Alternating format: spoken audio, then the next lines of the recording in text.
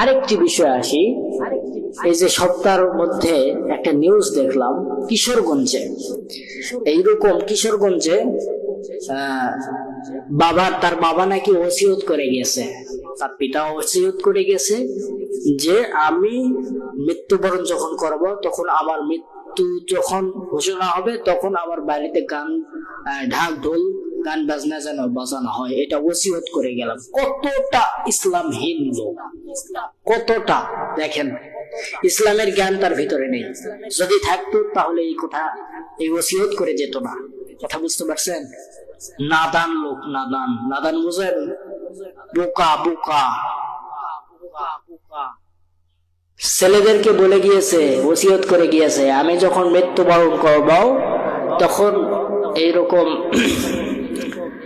আমার মৃত্যুর সময় এরকম যেন ঢাক ঢোল গান বাজনা এগুলো যেন হয়।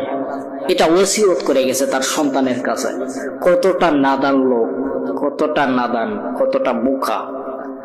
দেখছেন, ইসলামের কিছু জ্ঞানই তার ভিতরে নেই। ইসলামের কিচ্ছু জ্ঞান তার ভিতরে নেই। যদি থাকতো তাহলে এরকম অনৈতিক এরকম কোন ওসিয়ত করে যেত না। কথা বুঝতে পারছেন? কিছু কিছু লোকেরা আবার বলে অনেক মিয়াজি ওয়াজ করতেছে। আরে ভাই, অনেক মিয়াজি এই জায়গা থেকে ওয়াজ করতেছে না, এটা জুমার আলোচনা হচ্ছে। আপনারা বলেন ঠিক কিনা? বলেন, জুমার আলোচনা হয়।